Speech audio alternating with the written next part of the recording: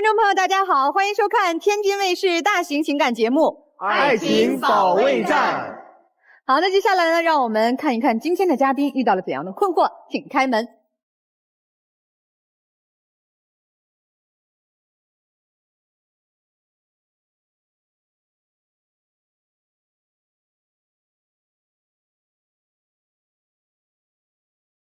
首先要疗愈的是本期第一对情感嘉宾李先生，43岁，来自黑龙江；文创个体黄女士，41岁，来自黑龙江，销售。他们究竟遇到了怎样的情感困惑？你来参加节目的诉求是什么？我们离婚也有7年了，但一直是离婚不离家。为了孩子，我还是想和他复婚，给孩子们一个完整的家。他身上的问题一直没改，我们怎么复婚？难道再离一次吗？他就是小心眼，疑神疑鬼。我就是平时大大咧咧，就他总把人往歪了想。如果不是他经常骗我，我会怀疑他吗？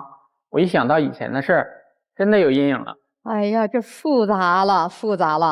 其实吧，我觉得也没什么大问题，但是吧，有些时候他总把小事给扩大化。比如说，我爱打个麻将，哎，在他眼里就是个事儿了。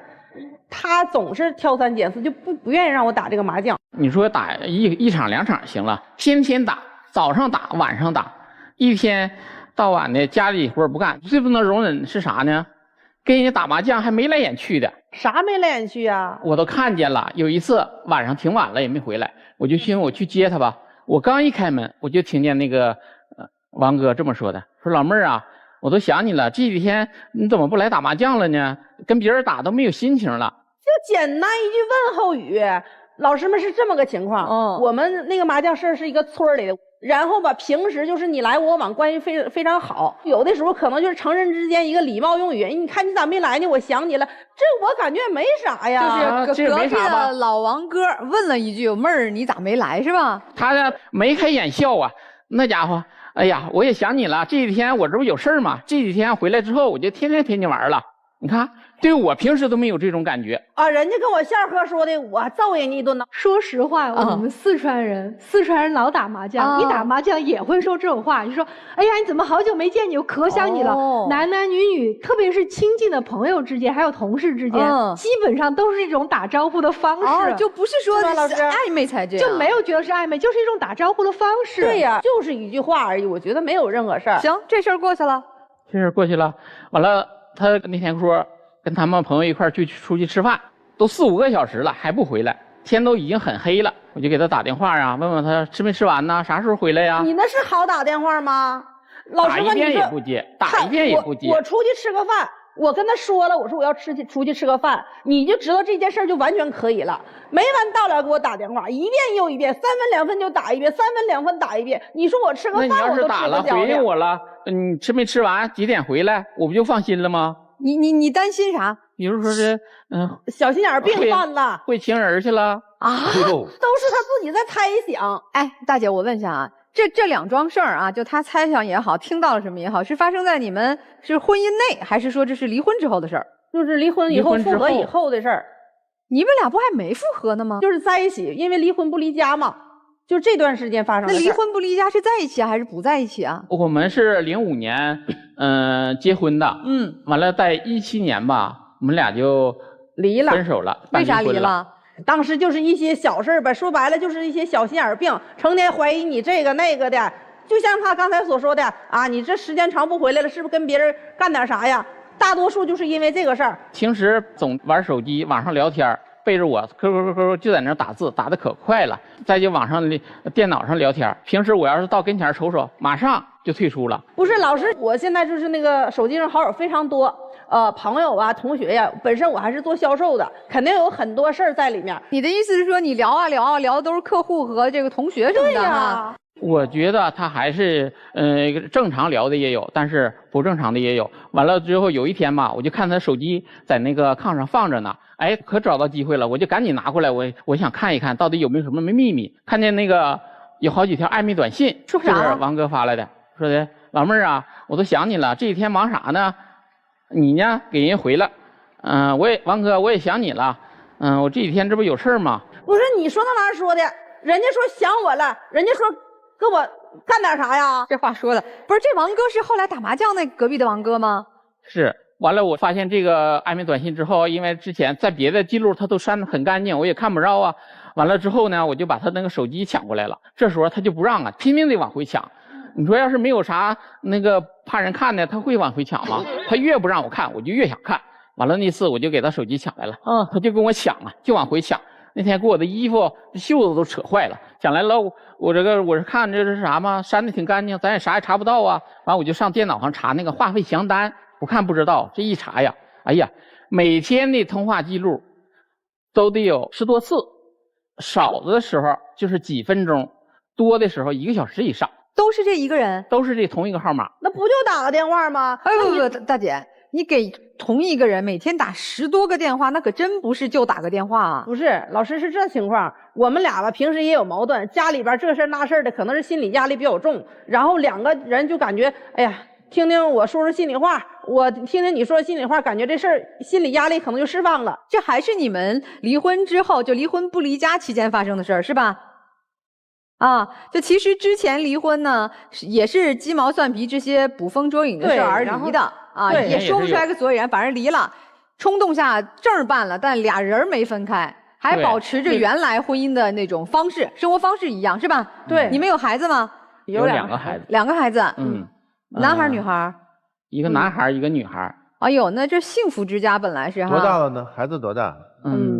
儿子20了，我闺女12。所以你们2口子事，孩子们也都看在眼里啊，这么大了。对，因为我那个也分开过一段，完了之后回来哪次看见孩子爸爸的可爱了，完了之后看见他们也挺开心的，完了就这么着，现在一块儿又这么凑合过着呢。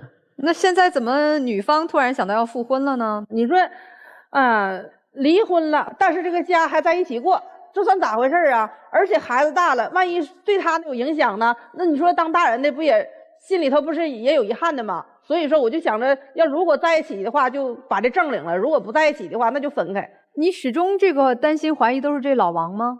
还有别人吗？也有，还有，但是具体我不太清楚。那什么现象？怀疑有对你怀疑什么？就有什么让你觉得有怀疑，值得怀疑？有一次咋的呢？我当时我记得很清楚，我做咱那个保险销售，然后有的时候会出去学习，然后可能时间也长了，或者几个小时，你还得去谈客户，可能就几个小时，他就给我打电话问我你啥时候回来，我就跟他说我不一定啥时候回来，也许时间长，也许时间短，这又开始打电话了。对呀。都已经挺晚了，我就问他，我说那个你忙完了吗？啥时候回来呀？没有车的话，一会儿我去接你吧。他说我跟那个朋友在一块吃饭呢。我说都有谁呀？他说都是一些同事，挺多人呢。说了你也不认识。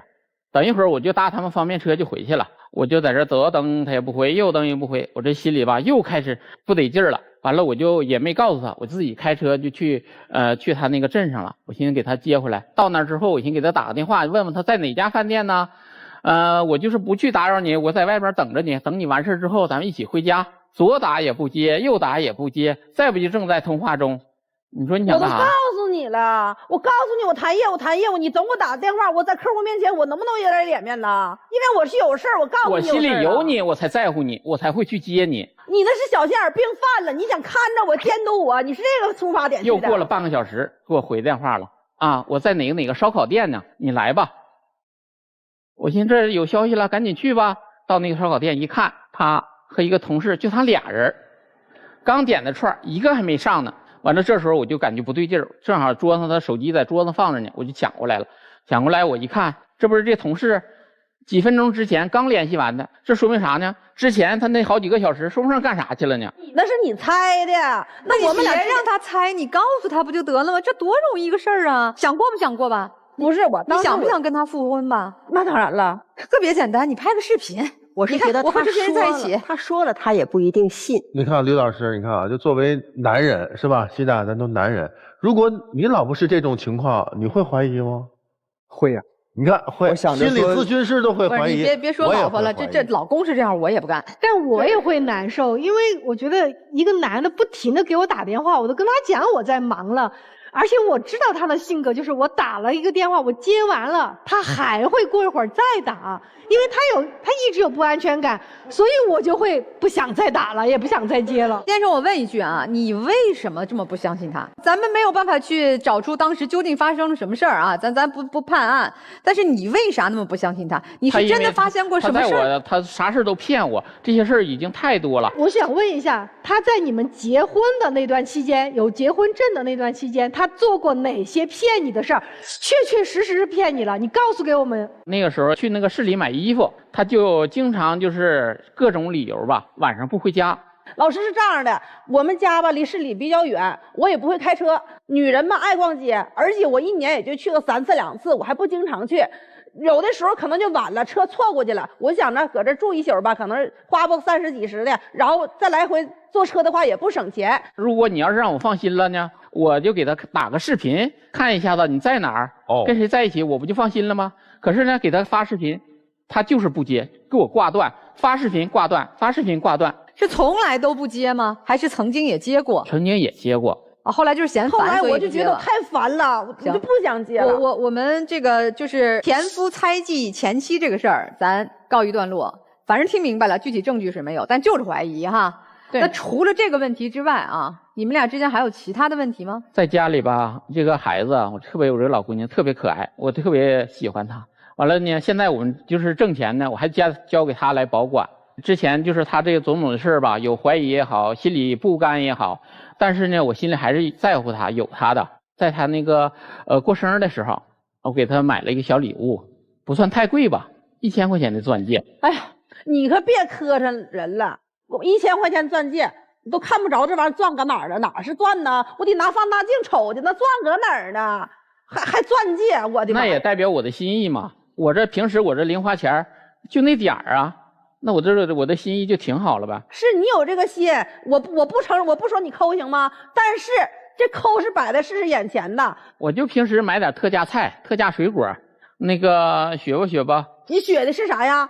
学的是烂掉的那部分，那不是光是蔫儿的，是烂的。谁家吃烂东西呀？那你说吃了对身体能好吗？所以他抠抠搜搜这劲儿，你也看不上呗？我肯定看不上啊。那还有啥看不上的？老师，咱都是女人对吧？爱买几件衣服很正常吧，而且我买衣服我还不买太贵的，100、200的，180的，然后有几件，然后有一天我说，哎呀，我想买2件衣服去，我感觉没啥衣服穿了。他说啥啊？你还买衣服？你看你那衣柜呀，你瞅瞅那大一堆，我能给你找出20条裤子。我们家那大衣柜四开门的，我跟我姑娘我儿子的占1/3，他自己的。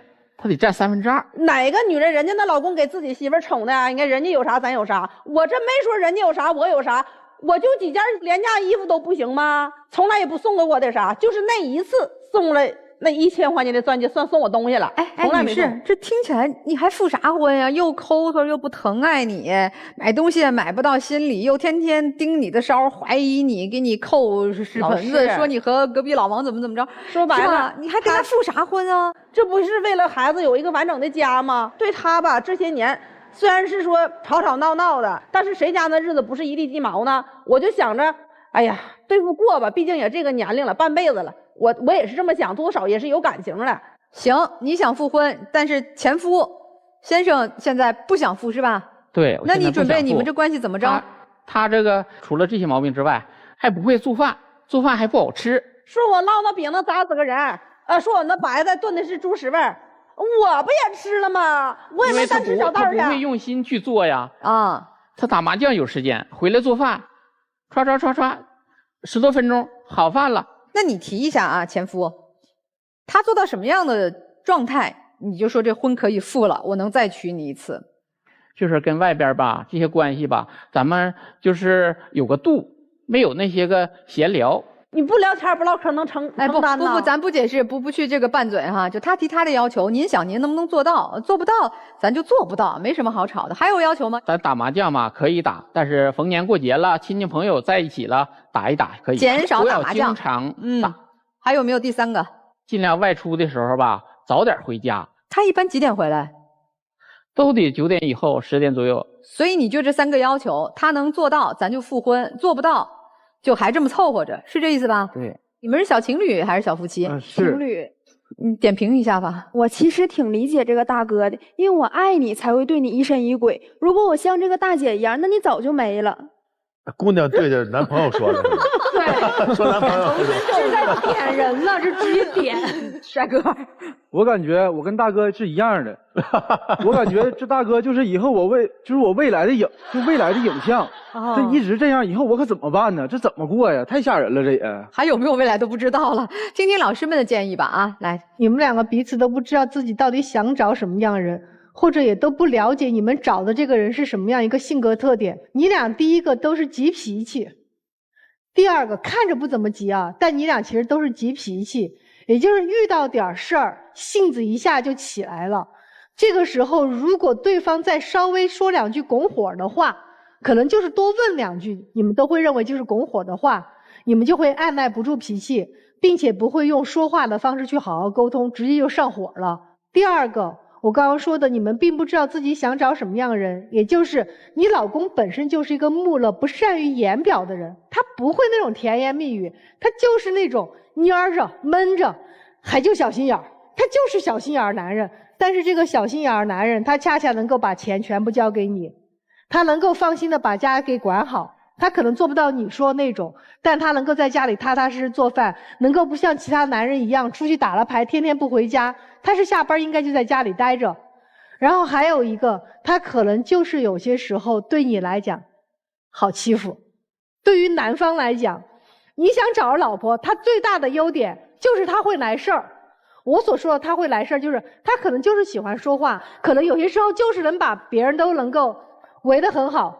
他的特点就像一个蝴蝶一样，就在外面飞，而你被他吸引，就是因为他像蝴蝶一样在外面飞。那如果你接受不了他像一个蝴蝶一样跟外面飞，然后跟别人一起说话甜言蜜语的，那你没有办法跟他在一起过。如果你的心胸不能大一点，你跟他过在一起你就会很痛苦。这就是你老婆的特点。所以如果今天要我给建议，不如你们双方分开过，如果真正想在一起，重新想清楚自己到底想跟什么样的人结婚。如果真的想要选择对方，重新谈一次恋爱，重新谈1年到2年的恋爱，再考虑要不要复婚这件事情。谢谢。其实我在听你们的故事的时候，我觉得这个离婚啊，对于你们来说它就是个词儿，没有任何意义。所以复婚对于你们来说也是一个词，也不会意味着有什么特别的改变和意义。在你们刚才的这个讲述里，我有2个关键词，我觉得和你们一起分享，咱们一起去探讨。一个叫权责的混乱，还有一个关键词叫体面。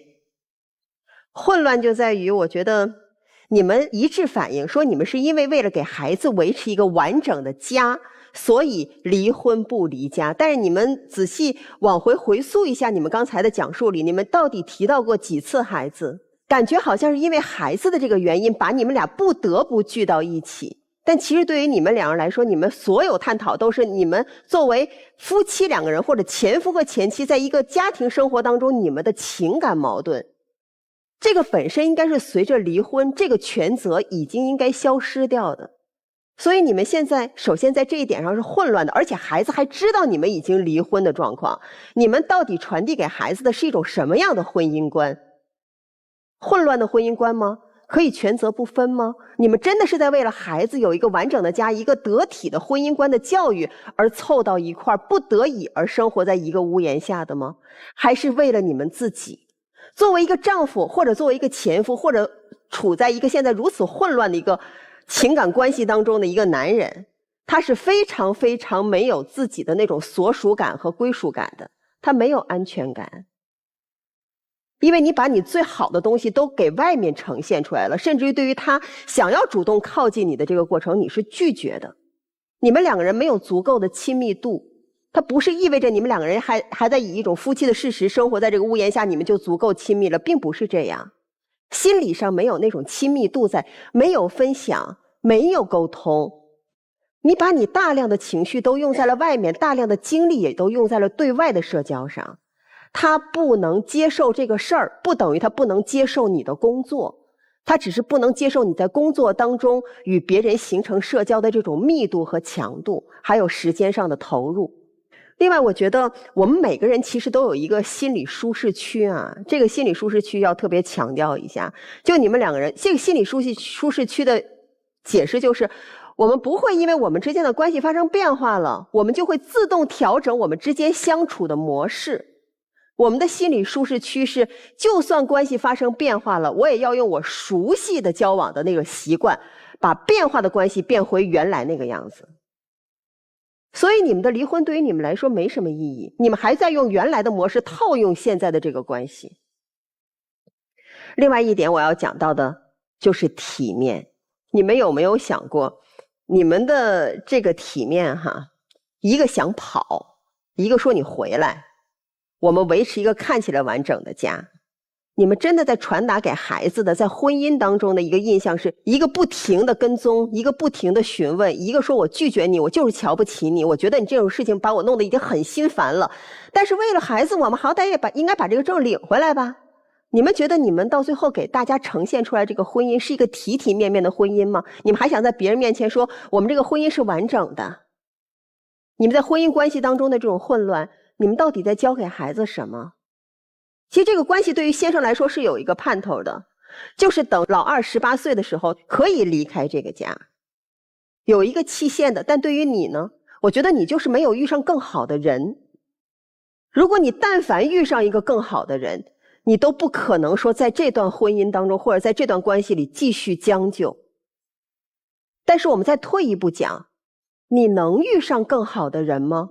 如果我们退到这一步讲，我觉得你们应该重新考虑一下，在这段婚姻关系里，能不能除了冲突以外，还可以选择一些可以达成共识的妥协。只有这样，这个婚姻才叫体面。先生，我给你讲讲他的逻辑啊，因为他过40了嘛，在前20年的你们的相处过程当中，无论是婚姻中还是离婚不离家的过程当中，他其实在你这儿是非常有安全感的。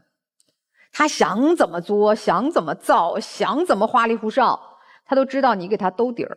随着容颜的老去，随着年龄的增长，女性慢慢会有不安全的感觉。她怕你跑，她也知道她自己作，她也知道她这样了再也找不着一个男人像你这样的，她也知道她这样也就你能收着，人家隔壁家老王才不等她回家呢。哪个男的受得了自己老婆和别人一聊天一天打10几个电话？换成其他稍微要点脸面的老公早走了，你爱跟谁打10几个电话打去吧，别给我打了，咱俩反正也离婚了。他现在不敢了，他不敢不是因为他爱你了，不是因为他觉得孩子需要一个完整的家了，是他觉得再过10年他在外面也花哨不了了，好歹家里还有个老头子，那张纸还约束着你们的关系。这个女人聪明，但特别自私。你真的好自私啊，好自私。你的婚姻生活当中，包括你的2个孩子，你们的相处，你心里一大坨都是你自己。正常的两性关系是我有了他之后变成了我们，至少我们各自占一半，你根本就没有，你怎么舒服怎么来。年轻的时候你漂亮聪明能干会赚钱，人缘好朋友多，你肆无忌惮。你现在也担心啊，我这样混还能混多久？以后我60岁了，能不能是麻将圈里那个老王哥还说想你的妹儿啊？不行了呗。但我觉得你想领这个结婚证，说明你还稍微现在清醒了一点，看清楚了形势，看清楚了局面。谁能真正陪着你？谁能和你支撑起一个未来我们人生几10年的旅途啊？不也就这个男人吗？所以我建议啊，如果老公提的要求不过分，你又想把这段婚姻或者自己未来几10年的人生和这个真的能够给你兜底的男人携手，咱就得调整。如果你觉得我这辈子就是喜欢这样，我麻将场上过一生啊，我这个交际圈里一生一枝花，您随意。婚姻咱就别要了，至少和这个人的婚姻咱就别要了，不能既要又要，那就什么也要不到。男生不要给他下条件，你现在这么去跟他要求没有任何意义，因为这个婚是白离了，就是换了一张纸而已，其他所有的关系都没有变，对吧？你也没有想过说去外头去再找一个新开启一段恋情，有没有？暂时没有。暂时没有，是因为他对你还没死心。但你的表现看了7年，没有任何的进展，没有改观。所以说，此时先生应该收回你的所有的承诺，以及所有的管控，不要去管他了。为孩子，您就多在孩子身上花时间；为了自己，您多付出事业。您看看，没有人管他，他反而心里没底儿了。一方面，其实你是烦先生的这种管控；一方面，你又觉得越管控，其实你越踏实，因为就是在惯你呢，纵着你，对吧？所以现在就不管你了，不问你了，你慌了。我不知道为什么在这个时间节点你要提出复婚的这种想法，一定是有些迹象表明他可能不那么再管你了，你慌了，你玩不了了。所以啊，女士，咱得真是看清形势，他完全可以找到一个更好的。可你呢？如果你真的是对自己负责的话，跟先生如果没有感情了，那就说清楚，好不好？我们现在做好孩子的妈妈、爸爸之间的相处模式。我的建议很简单，先分开，先拉长距离，才能看清楚很多事情。先把不该给的钱收回，不该住在一起的咱就搬出去。如果我们真是男女朋友恋爱，我们先试着去恋爱，别说复婚，我们试着谈一谈有没有共同感觉，你的心愿不愿意在这个男人身上多花一些，对不对？如果我们理清楚这件事情了，再来做决定，但前提一定先分开。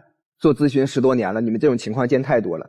就是第一点，我听到你有说到，说客户在的时候，如果接他的电话会觉得很没面子等等。首先，我不觉得跟客户聊的时候接家人一个电话没有面子，几分钟够说清了，1-2分钟足够。而且如果你的客户连这1-2分钟都等不了你，那他本来可能就不是你的客户。所以要把这个重心往家里稍微偏移那么一点点，最起码在这个时候。第二点我想说的是，其实监督也是一种爱。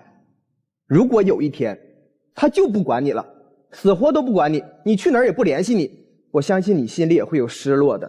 第三点啊，前夫哥，抓得太紧真的会让人窒息的。要么你就后面给自己一段时间，你找到证据，你就找出来证据，干脆就让自己死心。要不然你就试着收起一下你的怀疑。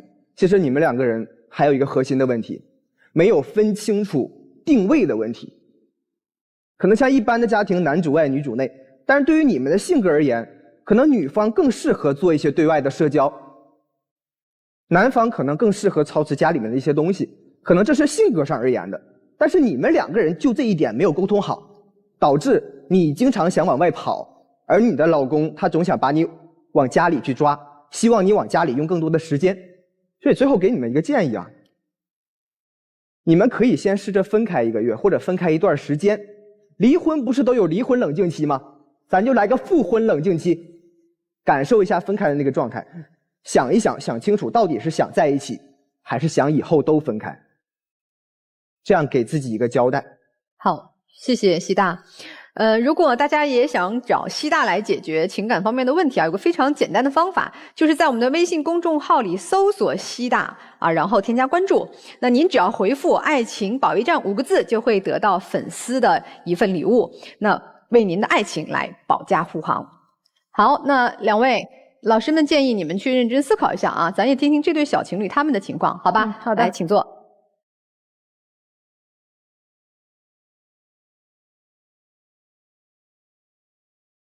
本期第2对情感嘉宾小张，25岁，来自沈阳，学生；彤彤，21岁，来自沈阳，学生。那么他们又遇到了怎样的情感困惑？日常开销如何划分？所有都是我承担，我都砸锅卖铁的养他。他太抠门了，天天跟我哭穷。你觉得谁更包容对方？那我呗，他就是个作精，他天天拿分手说事儿。那当然是我了，他处处跟我作对，故意整我。你希望对方做出的改变？别这么妈宝，没事就跟他妈告状。他能不能不这么算计啊？多考虑考虑我的感受。一个说我砸锅卖铁给他花钱，一个说他抠门抠得要命，简直对对方的这个评价都到地板下头去了哈。他就是个作精，就是个妈宝，从来都不考虑我的感受。前一段时间放假了，一回家直接就放飞自我了，天天吃什么东西，炸鸡、可乐、奶茶、麻辣烫，然后这些东西他都转过来让我直接给他付。哦，他人代付。对，我付完之后吧，这老吃这玩意儿能有好吗？没过2天他就胃就疼。那天大半夜我就领他上急诊了，然后急诊大夫说你这只能观察观察呀，这胃镜也做不上。然后我就复议大夫，我就说一句，你看着没，你都是吃那玩意儿吃的，你少吃点那个什么破奶茶破麻辣烫了。他不乐意了，当着急诊大厅那么多人那么多病人，直接就跟我喊，我吃点麻辣烫喝点奶茶怎么了？你如果没有跟医生串通好，那他怎么知道具体的是我吃麻辣烫了喝奶茶了才导致我胃疼呢？你就是不想给我花钱。我至于吗？吃点那些东西我还至于跟医生串通好吗？他其实是有前科，以前我们俩处对象的时候，他总是在结账的时候故意表现肚子疼难受去逃单让我买单。说出来都可笑，怎么可能是这样？一吃饭就点一桌子吃的，然后他一个尝1口2口，或者压根就不碰了有些。那我女孩吃的少怎么了？那你还说别浪费，那我啥都吃，凉的热的，这吃完谁肚子能好啊？那你为什么非要挑结账的时候上厕所？什么时候不能上？那就赶到那儿了呀，而且也不是我每次都在结账的时候去呀，我们相处1年多，都是我请客啊，我买单呢。哎，这是实情吗？他请客他买单？大多数情况下是他买单，但是他那2次也不是能说2次吧，也得有5、6次。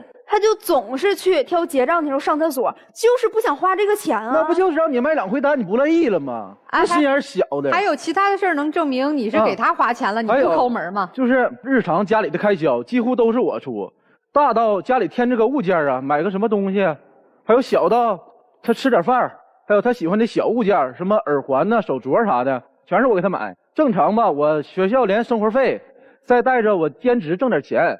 1个月5000块钱，就都给花在我俩身上。我身上我自个儿单独的什么都没有，5000块钱对于一个学生来说他已经很多了，他还不满足。然后有1个月啊，啥都要，那我就是没意识到这个问题的严重性，我啥都给他买，买不起了就花呗。哎呦，然后一到月底我一看，我怎么倒欠2万多块钱？借钱给女朋友花啊？然后我跟他说省了点，他嫌我磨叽。但是我不明白谈恋爱里给女生花点钱怎么了？如果男生要是没钱的话，那你就别处对象啊。大学生他能有多少钱呀？就是那次我入学奖学金有4000块钱，本来吧我就问他，我说你想要点什么呀？然后他说啥？我什么都不要。我寻思哎呀，太阳搁西边出来了。然后我俩就商量怎么花。我说这个钱给父母转点红包，咱孝敬一下父母，再请朋友同学吃个饭，咱们庆祝一下。他答应的可好了，说行。然后等那个钱真下来的时候，我就跟他说，我这奖学金4000块钱到了，过会儿一条链接就过来了。我一点给他看，一共4000块，他一个3600块钱金项链就过来了，那我指定不开心呢。何况你前期还跟我商量好这个事儿了，买了吗？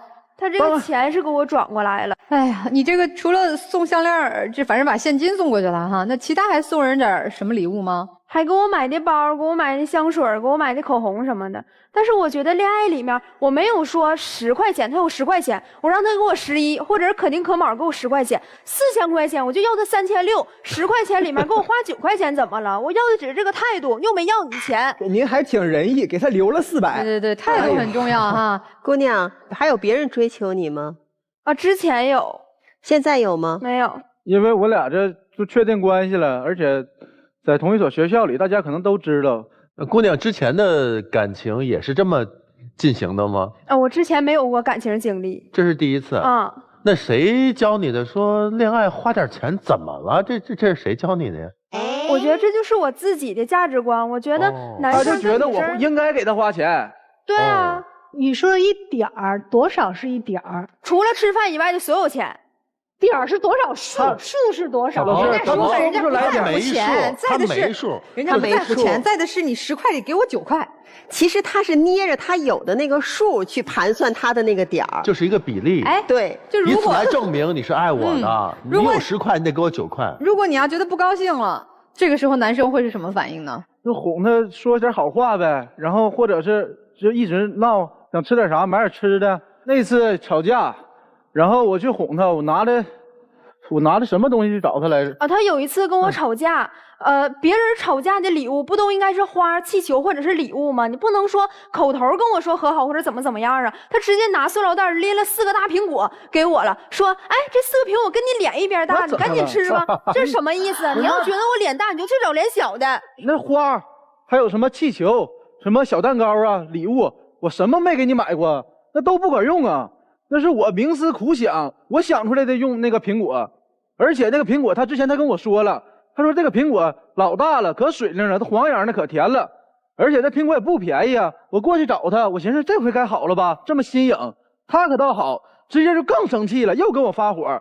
然后我就发现了，他其实是想扒我一层皮，他根本就不在乎我买什么。而且他当时看着我生气，为了故意气我，我也不知道是埋汰我还是怎么样，直接当我面把那4个苹果都吃了，还把皮吐地上了，说你不吃拉倒，我自己吃。你不知道这苹果多好吃，都是他让我吃的。他说他不稀得吃，你爱吃你吃吧。我说吃就吃，我为什么吃啊？我在学校在食堂吃饭我都舍不得，我也饿呀。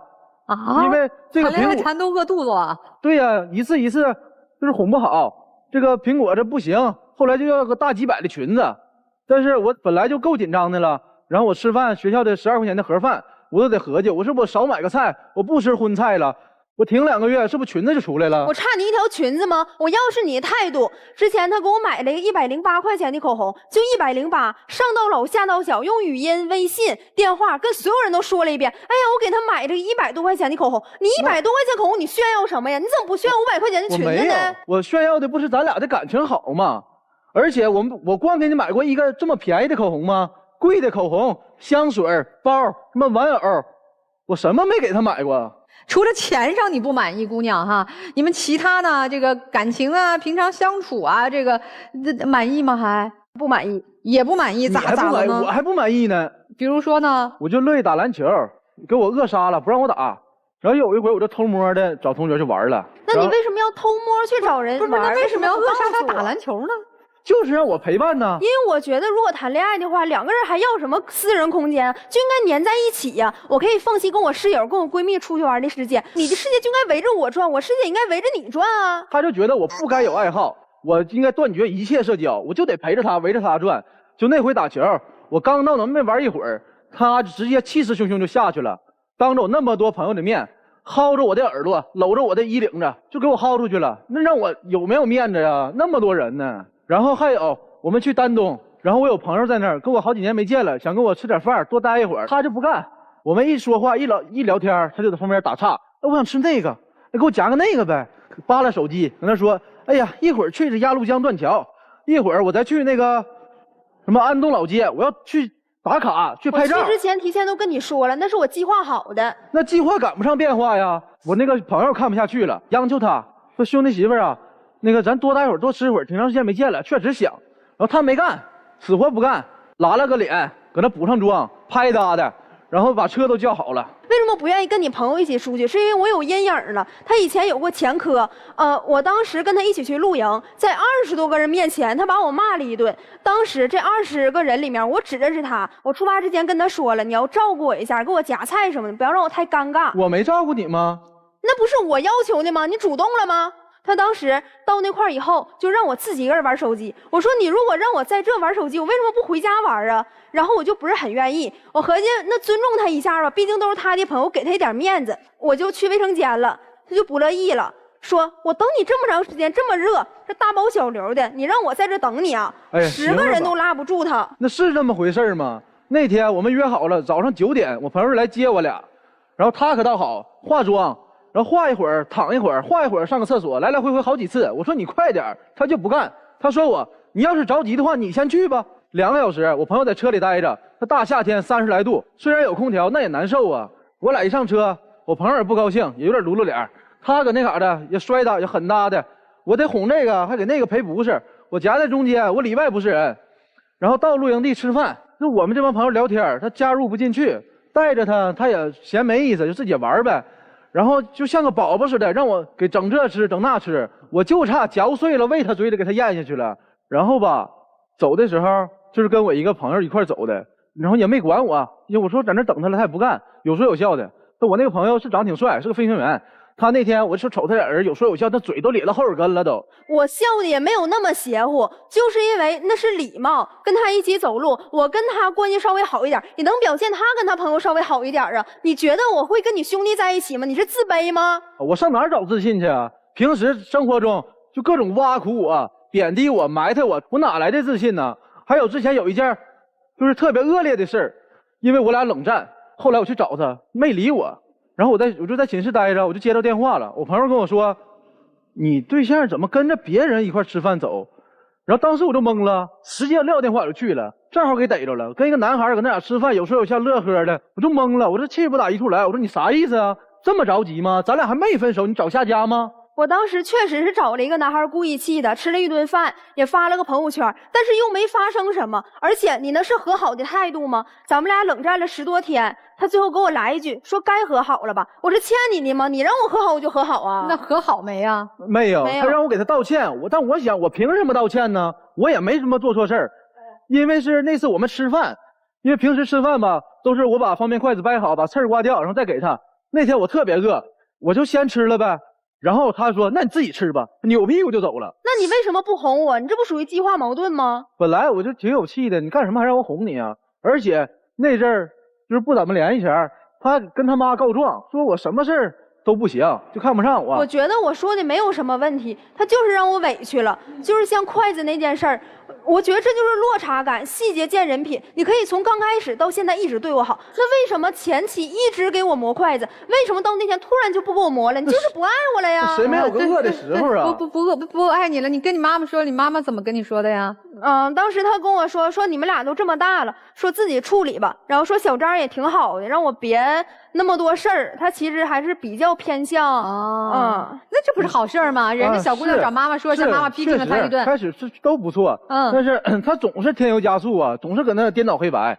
就那回晚上有点不太乐意，然后走道的时候就没一块走。当时是快11点12点了，我们俩吵架了。那吵架了，这就属于触碰到我安全底线了呀！你把我生死直接就置之度外了呀！你应该当时直接就去拍我，跟我说，哎，有什么事咱俩回家说吧。那么黑的天，方圆10里以外一个人都没有，我不给我妈打电话，我找谁呀？谁保护我呀？我就在你后面看着你呢。那你为什么不过来拍我？那你也没找我呀。就那天他直接打电话这么说啊，妈，我跟他干架了，然后他给我扔这眼不管我了，然后晚上太黑我害怕，走道还有流氓，还有酒蒙子要非礼我。我那也不是抱怨，是因为我跟我妈妈关系好。那关系好你就这么说吗？那给我说的是什么东西啊？而且总是这样，开始阿姨对我印象确实挺好，但是她在中间搅浑水，一而再再而三的整。现在就阿姨对我印象我都觉得不太好了。我还搅浑水，那不都是你做出来的吗？你上次还敢当我妈面打我啊？我怎么可能当你妈面打她？不，这怎么回事？是这样的，那天我们俩在家里闹着玩，闹着，然后他就去厕所了。他去厕所，我手欠，我就把灯给关了。关灯之后，他出来了，直接就火了，我都不知道怎么回事，他就往我脸上打，连骂带打。然后我也不乐意了，我说你至于吗？我拉着他的手，我就打了他4个手板。你打的当时声有多大？我妈在那屋都听见了，她觉得自己劲儿小，给我手当时都打红了。哎，这妈妈现在对你们小情侣谈恋爱也有她自己的看法和态度吧？听听妈妈怎么说啊？我们做了一个采访。没有啊，有可能是我们家彤彤删的吧，因为我也不会弄这些。我前2天还纳闷呢，怎么微信里找不着他了呢？他俩年纪还小，可能2个人谈时间长了，没有以前的热情了，这也可以理解。俺家彤彤脾气有点急，但是他都是好心。我也知道小张这孩子特别好，我们就这么一个闺女，肯定还是希望他能多让着点儿。有啥事儿还有我们呢，我们会帮着一起解决。哦，原来是这样。我以为就是告完黑状之后，阿姨也看不上我了，觉得我都是装的。然后那天我看朋友圈啥都没了，我以为是阿姨给我删了，原来都是你删的呀。这妈也是操碎了心呀，哎呀，还说了有什么问题，妈陪你一起解决，一起面对哈。那你们有什么对未来的计划吗？本来，我爸在老家已经给我找好一个工作了，然后也是就是挺好的这个铁饭碗。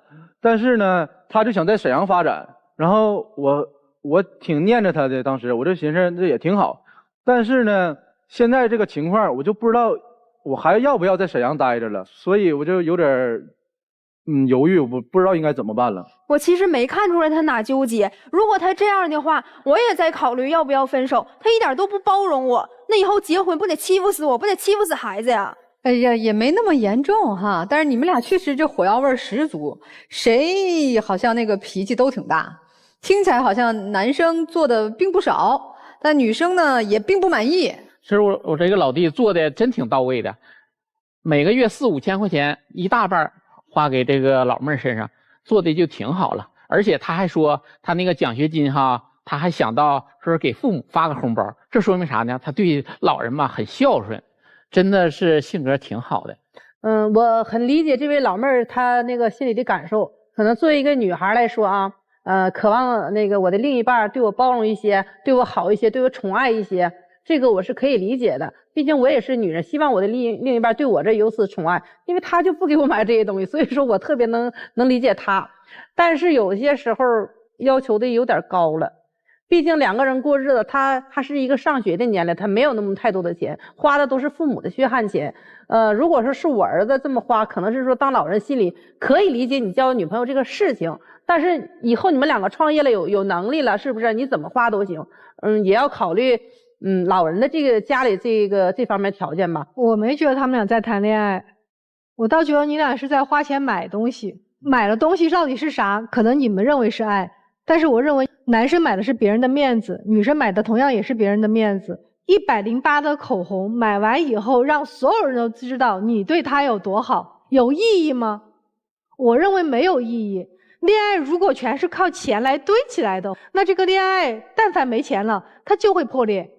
这不就是你担心的吗？如果我一旦没钱了，那他是不是就不要我了？如果我一旦工作不好，如果我一旦没有发展了，他是不是就不要我了？因为我供不起他的物质欲望。我现在是个学生，一个月就得花5000。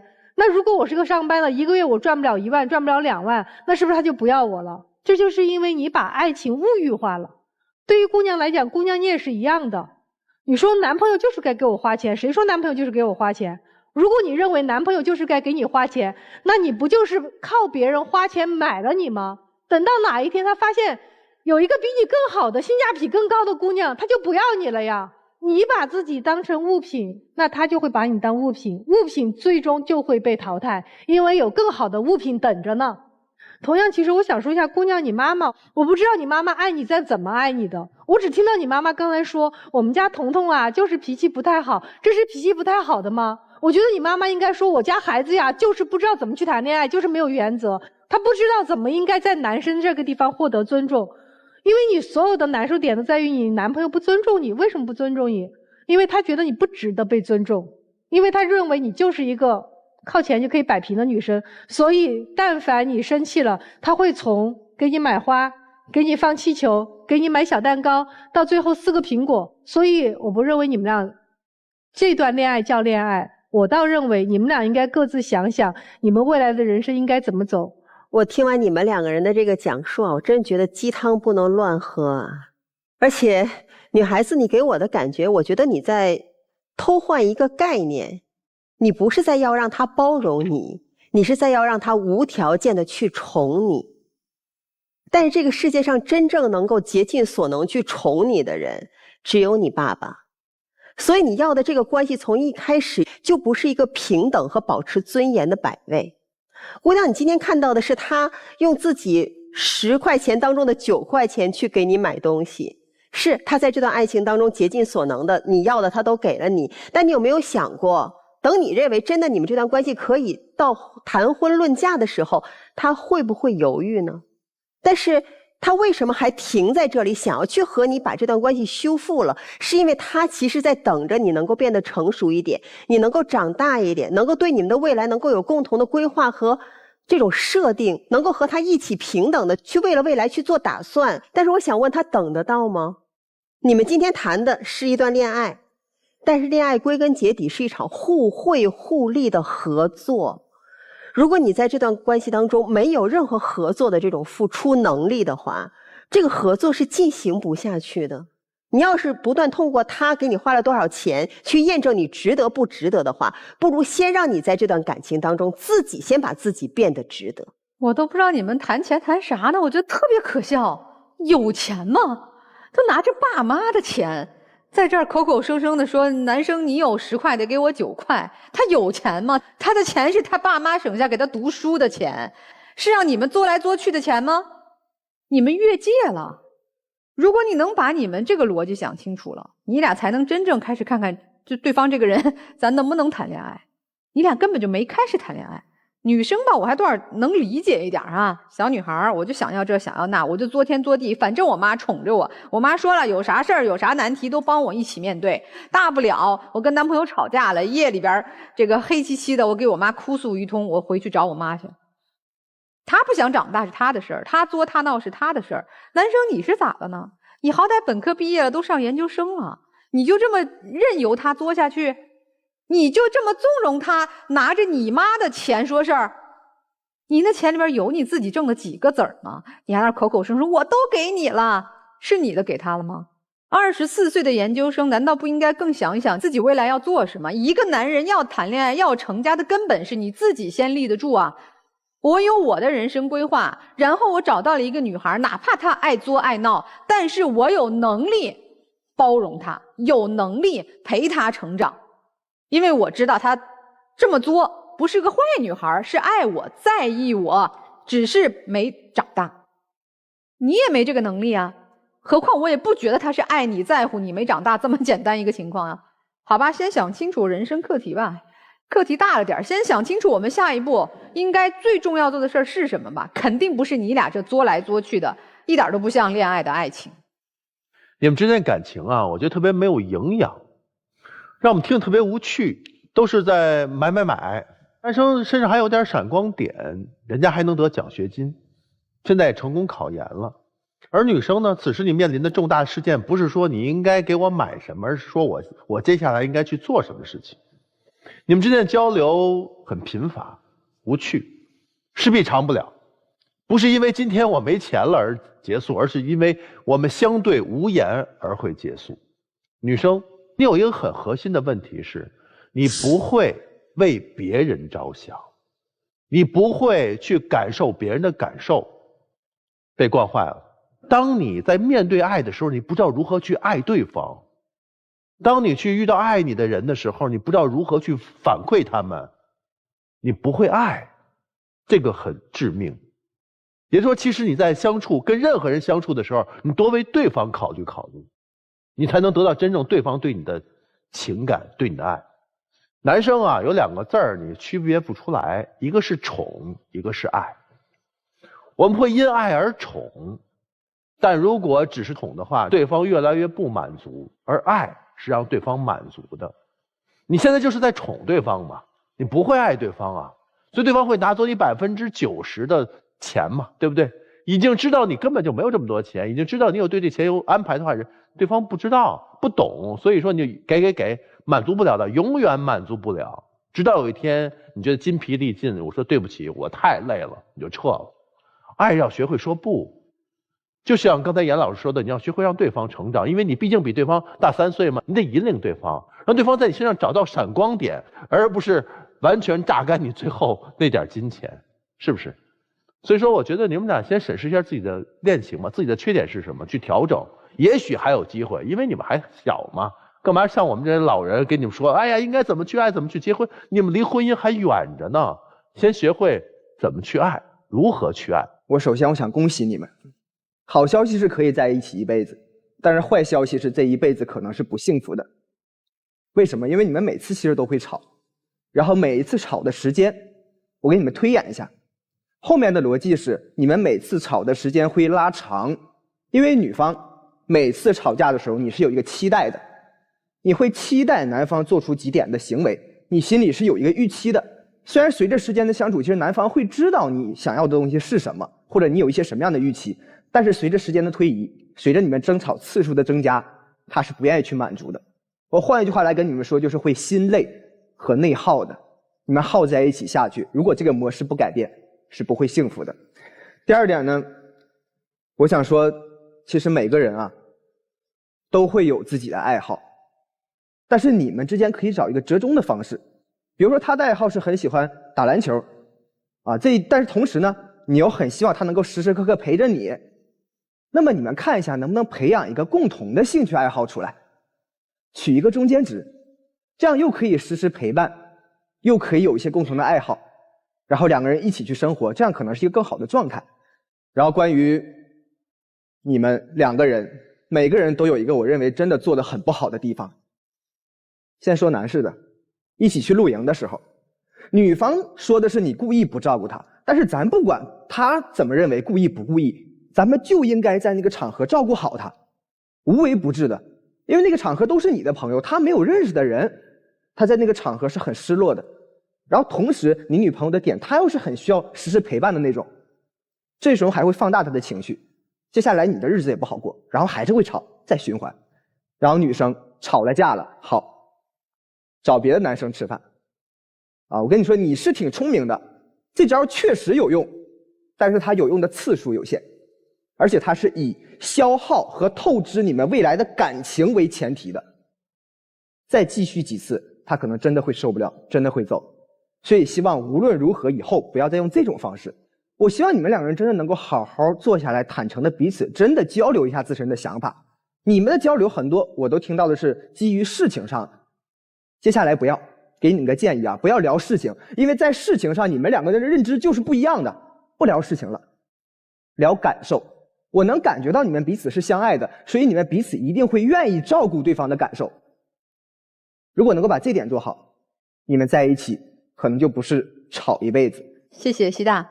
如果电视前观众朋友呢也想找西大来解决情感问题的话，有个非常简单的方法可以找到他，就是在我们的微信公众号当中搜索西大，然后关注。那您只要回复爱情保卫战5个字呢，就可以获得粉丝的专享礼，为你的爱情来保驾护航。那接下来回到我们的门后思考一下啊，看看你们是选择出来，咱就好好过，不出来咱就彼此祝福，好吧？请回。我们不设限啊，尤其这第一组，你说复婚可能也不现实，你说别复婚了，你也有他们自己的选择，分不开断不掉。哎，还真是。登录抖音搜索爱情保卫战的抖音官方号，那在每天晚上的8点到10点呢，我们会有情感导师啊在现场坐镇。那如果您有问题的话，也可以啊有机会和我们的导师进行连麦，每天晚上8点到10点。好了，那这第一组这离婚不离家的，算2口子吧哈，男女朋友，看看他们的选择吧啊！来，请开门。走了。哦，哎，这个我真没想到啊！就这女的态度很坚决，我这辈子就这样不改。也许他们选择了听大家的话分居了。对，就是其实而不是说此时此刻啊，我觉得复婚有点草率，对对对，所以说分开一段时间是正确的选择。哎呀，主要是要考虑清楚要什么，对，给孩子提供什么，是吧？行吧，他们的人生路让他们自己去走了，看看我们这对小情侣吧，他们会做怎样的选择呢？请开门。会在一起，别走了，哦，没有了，吓一跳。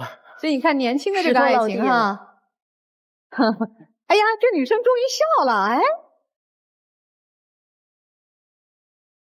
出来了，笑了，那10块里边的9块，咱就不都要了吧？啊，这回改了。改了，改成什么了？要8块，改成就是看他经济状况，我也不都要了。也愿意就是说，给父母啊，还是给亲朋好友啊，就是该用是该怎么用，那个他会听我的意见，然后我们俩一块商量。你们俩最大的任务是携起手来一起成长啊，其他的慢慢来，攒钱、攒能力、攒营养、攒知识、攒成长，好吧？哎，来抱一抱吧。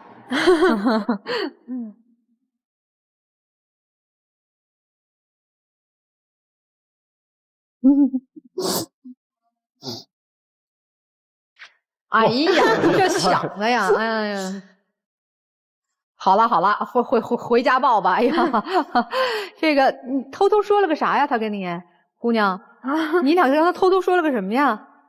他刚才说他爱我。哎呀，比如说好好的。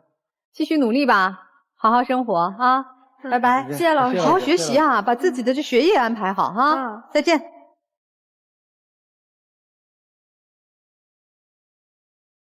爱情是各种形式的，但是无论是哪种形式的爱情，希望大家都能幸福哈。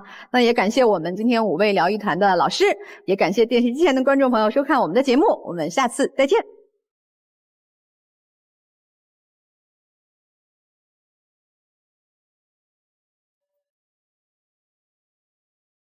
Mm-hmm.